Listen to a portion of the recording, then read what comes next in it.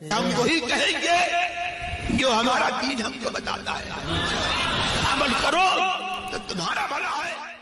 اور ہر چیز اللہ کی حمد کے ساتھ اس کی تسبیح کر رہی ہے، لیکن تم ان کی تسبیح کو نہیں سمجھتے۔ بے شک وہ نہایت حلم والا، بہت بخشنے والا ہے۔ اس آیت کریمہ میں جو یہ ارشاد ہوا کہ ہر چیز اللہ کی تسبیح کرتی ہے، حضرت ابراہیم نخعی علیہ الرحمہ نے کہا کہ اس میں عموم علی الاطلاق ہے، یعنی ہر چیز اللہ کی تسبیح کرتی ہے، حتیٰ کہ کپڑا، کھانا، دروازہ، یہ بھی اللہ کی تسبیح بیان کرتے ہیں۔ لیکن یہ ہے کہ انسان کی تسبیح تو معلوم ہوتی ہے، اس کا مشاہدہ ہوتا ہے۔ حیوان کی تسبیح کا پتہ کیسے چلے؟ تو ہو سکتا ہے کہ حیوان کی تسبیح آواز کے ساتھ ہو، اور یہ بھی ہو سکتا ہے کہ اس کی تسبیح یہ ہو کہ اس کا حال اس کے پیدا کرنے والے پر دلالت کرے، لیکن ظاہری معنی پہ رکھنا زیادہ بہتر ہے۔ اسی لیے امام رازی رحمۃ اللہ تعالی علیہ نے فرمایا کہ قرآن مقدس کی صریح آیات اور صحیح حدیث سے یہ ثابت ہے کہ ہر چیز حقیقتاً اللہ کی حمد اور تسبیح کرتی ہے، لیکن ہم ان کی حمد اور تسبیح کو سمجھ نہیں پاتے۔ اب یہ سب چیزیں جیسے تسبیح کرتی ہیں تو ہمیں تو پتہ نہیں چلتا، لیکن اللہ کے نبی اپنے معجزہ سے ان کی تسبیح کو سمجھ جاتے ہیں، یا صحابہ کرام اور اولیاء اعظام اپنی کرامت سے ان کی تسبیح کو سن لیتے ہیں اور تسبیح کو سمجھ جاتے ہیں۔ خود اللہ تبارک و تعالیٰ نے قرآن مقدس میں ارشاد فرمایا اِنَّا سَخَّرْنَا الْجِبَالَ مَعَهُ يُسَبِّحْنَ بِالْعَشِيِّ وَالْإِشْرَاقِ، ہم نے پہاڑوں کو داؤد کے تابع کر دیا، وہ اس کے ساتھ میں شام کو اور صبح کو تسبیح پڑھتے تھے۔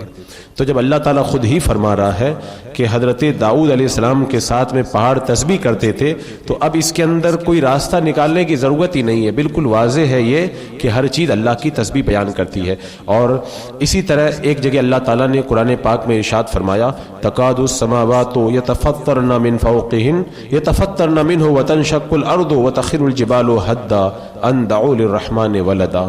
ان قریب اس قول کی وجہ سے آسمان پھٹ جائیں اور زمین شک ہو جائے اور پہاڑ ریزہ ریزہ ہو جائیں کہ انہوں نے رحمان کے لیے بیٹے کا دعویٰ کیا، یعنی کافروں نے جو اللہ کے لیے بیٹا ہونے کا دعویٰ کیا تھا،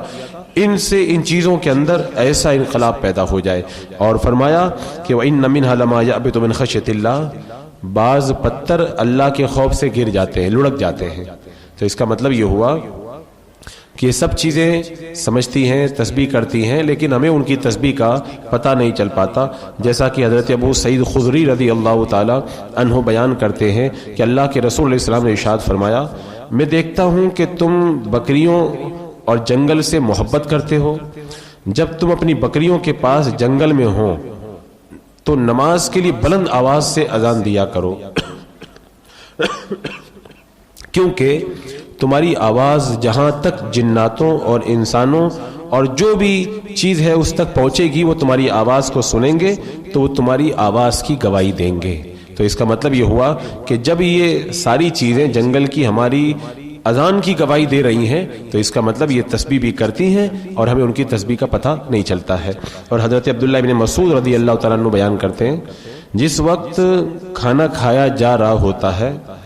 تو ہم کھانے کی تسبیح سنتے تھے، ہم لوگ کھانے کی تسبیح ہم لوگ سنتے تھے فرما رہے ہیں۔ اور حضرت جابر بن سمورہ رضی اللہ تعالیٰ عنہ بیان کرتے ہیں کہ اللہ کے رسول علیہ السلام نے فرمایا میں مکہ کے ایک پتھر کو پہچانتا ہوں، میرے اعلان نبوت سے پہلے مجھ پر وہ سلام پڑا کرتا تھا اور اس کو میں اب بھی پہچانتا ہوں۔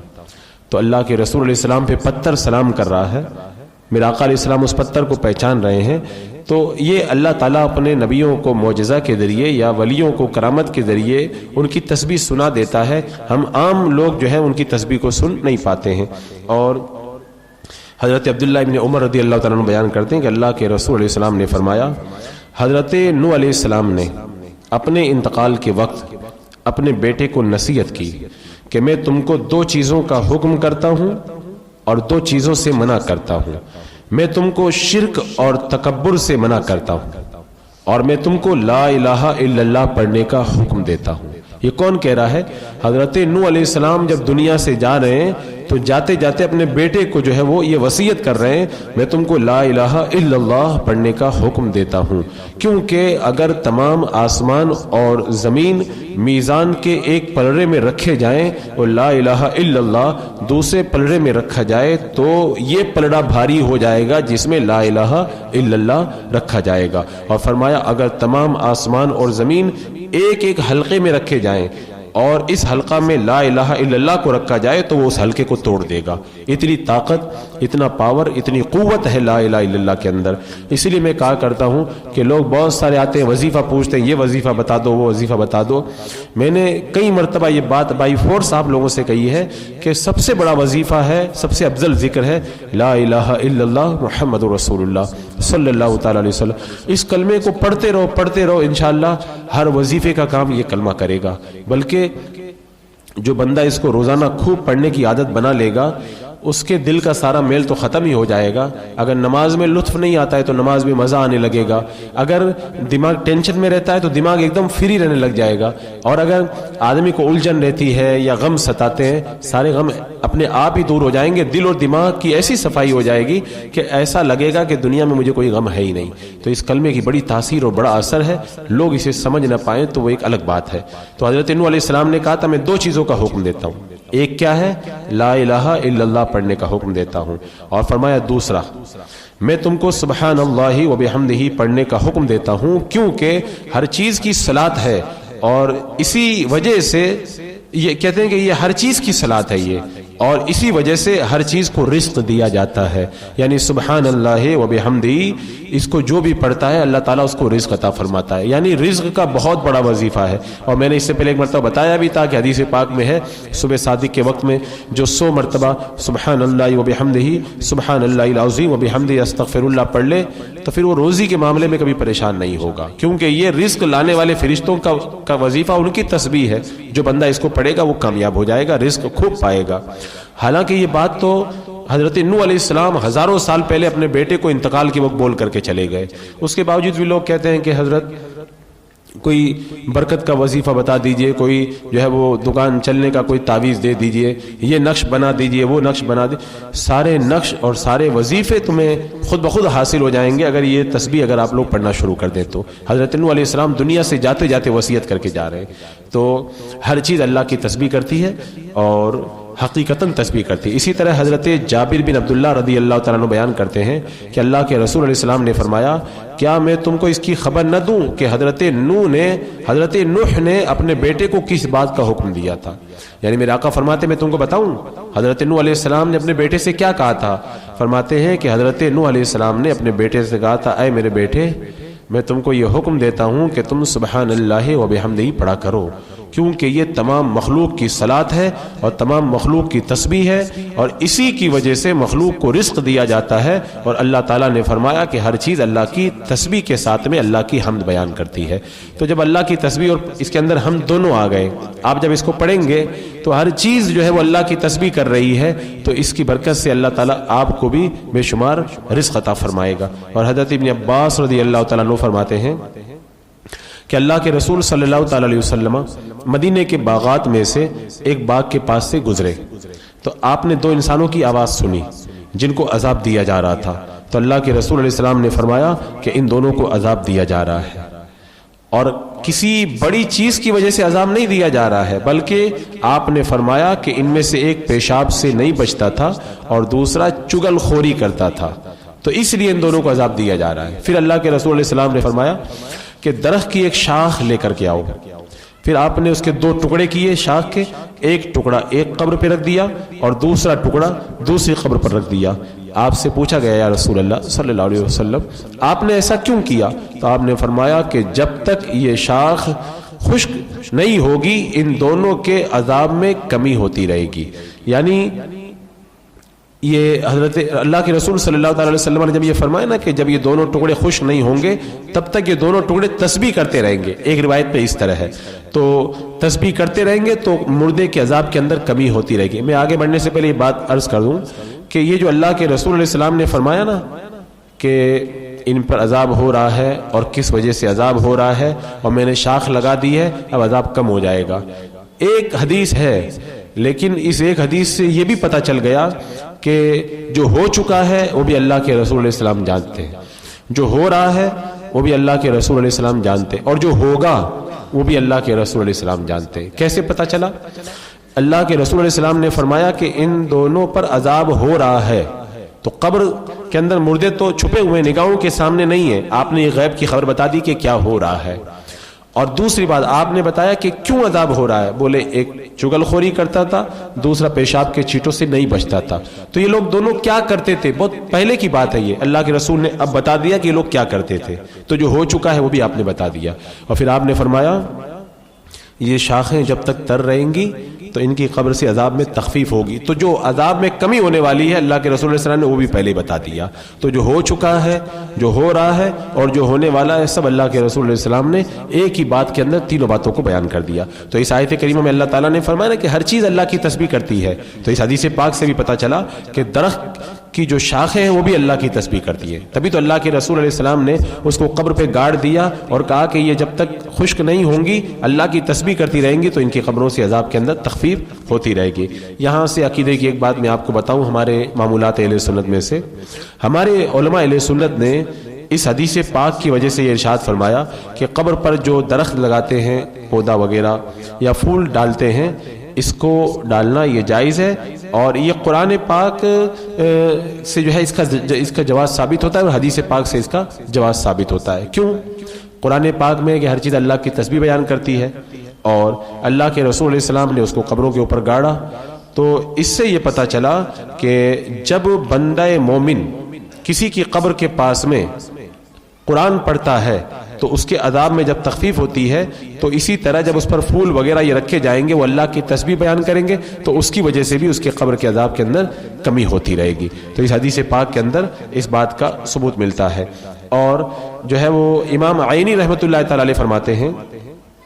کہ اللہ کے رسول علیہ السلام نے فرمایا جب تک شاخ کے یہ ٹکڑے خشک نہیں ہوں گے قبر والوں کے عذاب میں تخفیف ہوتی رہے گی۔ تو فرماتے ہو سکتا ہے اس کی وجہ یہ ہو کہ جب تک شاخ کے ٹکڑے تر رہیں گے اللہ کی تسبیح کرتے رہیں گے اور تسبیح کریں گے تو اس کی وجہ سے قبروں کے عذاب کے اندر جو ہے وہ کمی ہوگی۔ اور قرآن مقدس میں جو یہ ہے کہ ہر چیز اللہ کی حمد کے ساتھ تسبیح کرتی ہے، اس کا معنی یہ ہے کہ ہر زندہ چیز اللہ کی تسبیح کرتی ہے، لیکن فرماتے ہیں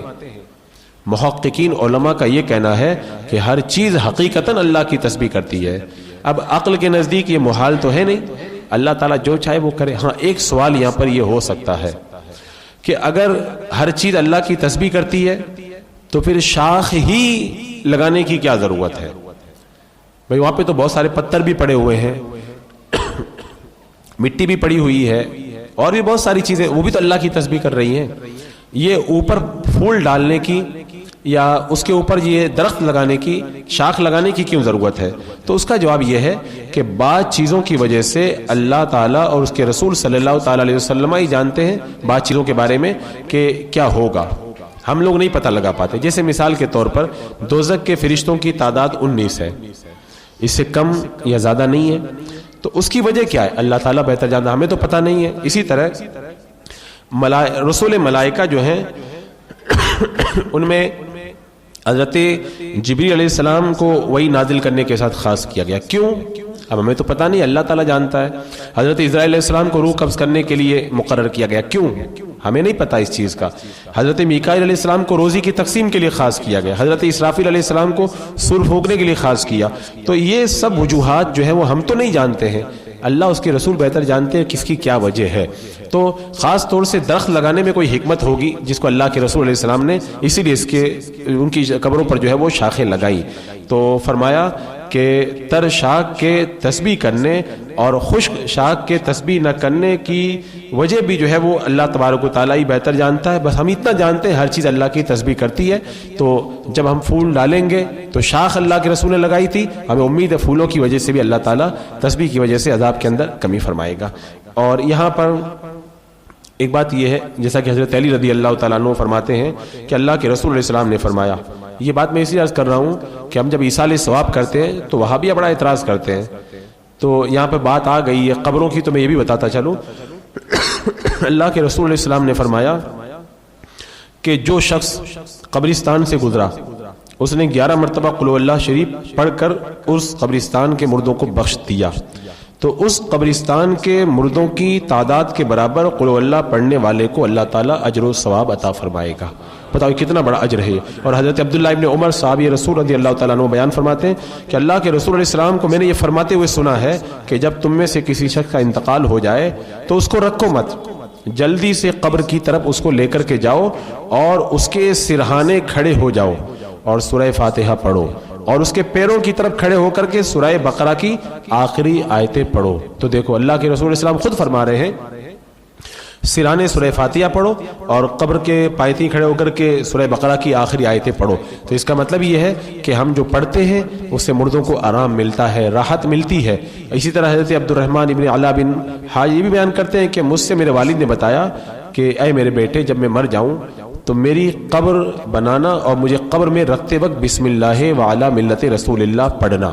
پھر قبر پر مٹی ڈال دینا اور میرے سرانے سورہ بقرہ کی شروع کی آیتیں اور آخری آیتیں پڑھنا, کیونکہ میں نے خود اللہ کے رسول علیہ السلام سے سنا ہے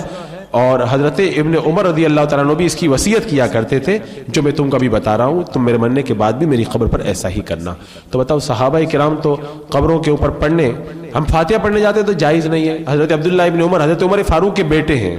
یہ کہتے ہیں میں نے خود اللہ کے رسول سے سنا اور یہ وصیت کر کے گئے. تو اس سے پتہ چلتا ہے کہ ہم جو فاتحہ پڑھتے ہیں اس کا ثبوت حدیث طیبہ سے ہے. حضرت عبداللہ ابن عباس رضی اللہ تعالیٰ عنہ بیان کرتے ہیں کہ اللہ کے رسول علیہ السلام نے فرمایا قبر میں مردہ اس طرح ہوتا ہے جس طرح کوئی ڈوبنے والا, اس کی مدد جیسے اس کی مدد اور اس کی مدد کی جا رہی ہو, وہ اپنے ماں باپ اور دوست کی دعاؤں کا انتظار کرتا ہے. جب ان لوگوں کی دعائیں اسے قبر میں ملتی ہیں تو اس کو دنیا اور جو دنیا میں ہے ان سب سے زیادہ پیاری ہوتی ہے. اور مردوں کے لیے زندوں کے تحفے دعا اور استغفار ہے. ہم زندوں کو گفٹ دیتے ہیں, مردوں کے لیے گفٹ کیا ہے؟ اللہ کے رسول علیہ السلام نے فرمایا مردوں کو اگر گفٹ دینا چاہتے ہو تو مردوں کا گفٹ یہی ہے کہ ان کو کیا کرو, ان کے لیے دعا کرو اور ان کے لیے استغفار کرو. تو یہی تو ہم جا کر کے اپنے مرحومین کے لیے کرتے ہیں, جمعرات کو ہم فاتحہ کرتے ہیں, یہی تو کرتے ہیں. پتہ نہیں کیوں وہابیہ کو اس بات سے تکلیف ہوتی ہے. تمہارے مردے اگر عذاب ہی میں اپنے مردوں کو تم رکھنا چاہتے ہو اور وہ عذاب میں ہے ہی کفر پر مرنے کی وجہ سے, تو تم جانو جو اہل ایمان ہیں اور ان کی فاتحہ کی وجہ سے اللہ تعالیٰ ان کو جو آرام عطا فرماتا ہے اس سے تم لوگ جو ہے وہ کیوں روکتے ہو. اب اس کے اندر بہت ساری حدیث ہیں. ایک حدیث پاک میں اللہ کے رسول علیہ السلام نے ارشاد فرمایا جب بندہ مر جاتا ہے تو اس کے سارے اعمال ختم ہو جاتے ہیں, منقطع ہو جاتے ہیں, یعنی اعمال کا سلسلہ بند ہو جاتا ہے, مگر 3 عمل منقطع نہیں ہوتے. ایک صدقہ جاریہ, قبر میں بھی اس کا ثواب ملتا رہتا ہے. وہ علم جس سے نفع حاصل کیا گیا ہو, وہ علم پھیلا کر کے گیا تو اس کا ثواب بھی قبر میں ملتا رہتا ہے. اور نیک اولاد جو اس کے لیے دعا کرے اس کا بھی اجر اس کو قبر کے اندر ملتا رہتا ہے. تو ہم لوگ مر جاتے ہیں, ہمارا نامہ اعمال بند ہو جاتا ہے, لیکن یہ 3 چیزیں ان کا ثواب ہمیں قبر میں بھی ملتا رہتا ہے. اور جیسا کہ حضرت امام قرطبی فرماتے ہیں, حضرت عبد العزیز بن عبد السلام یہ کیا کہا کرتے تھے کہ لیس للانسان الا ما سعی. اس فرمان کا مطلب یہ ہے کہ انسان کو وہی ملتا ہے جو اس نے کیا. اور وہ فتویٰ دیتے تھے کہ مردہ کو زندہ کے عمل کا ثواب نہیں ملتا. یہ بہت بڑے عالم تھے, بہت بڑے عالم تھے, انہوں نے یہ فتویٰ دیا. مرنے کے بعد کسی نے ان کو خواب میں دیکھا تو پوچھا کہ حضرت آپ فتویٰ دیتے تھے کہ ہم جو ثواب پہنچاتے نہیں ملتا ہے, تو اب کیا کہتے ہیں آپ؟ تو آپ نے فرمایا اب میں اپنا فتویٰ واپس لیتا ہوں,